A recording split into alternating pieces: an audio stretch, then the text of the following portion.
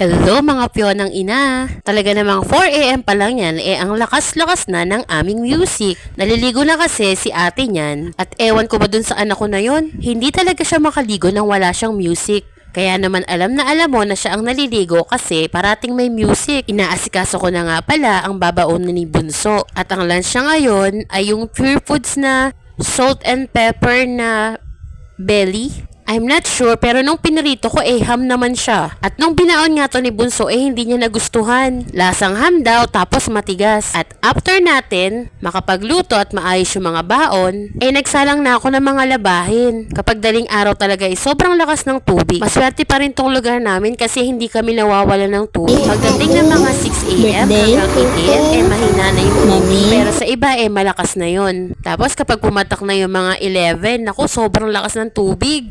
Ito nga pala binabati na ako ng aking pamangkin. Ito nga palang pamangkin ko ay si Milan. Sobrang kinis at sobrang puti ng bata na yan.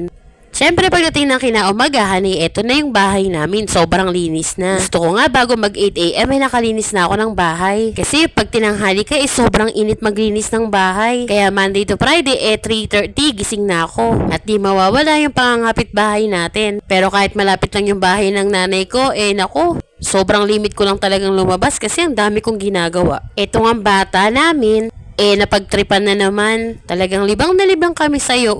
Kasi siya na lang yung baby. At kapag tahimik na yung bahay medyo boring na. Siya yung nagbibigay ingay sa bahay ni nanay. Kaya nga sana matupad na yung wish ng kapatid ko para sa amin na talaga yung baby na yon. Grabe yung panahon ngayon Kasi sobrang init tapos bigla namang uulan. Kaya mag-ingat kayong lahat kasi uso na naman yung mga trangkaso. O siya hanggang dito na lang ulit. Bukas naman.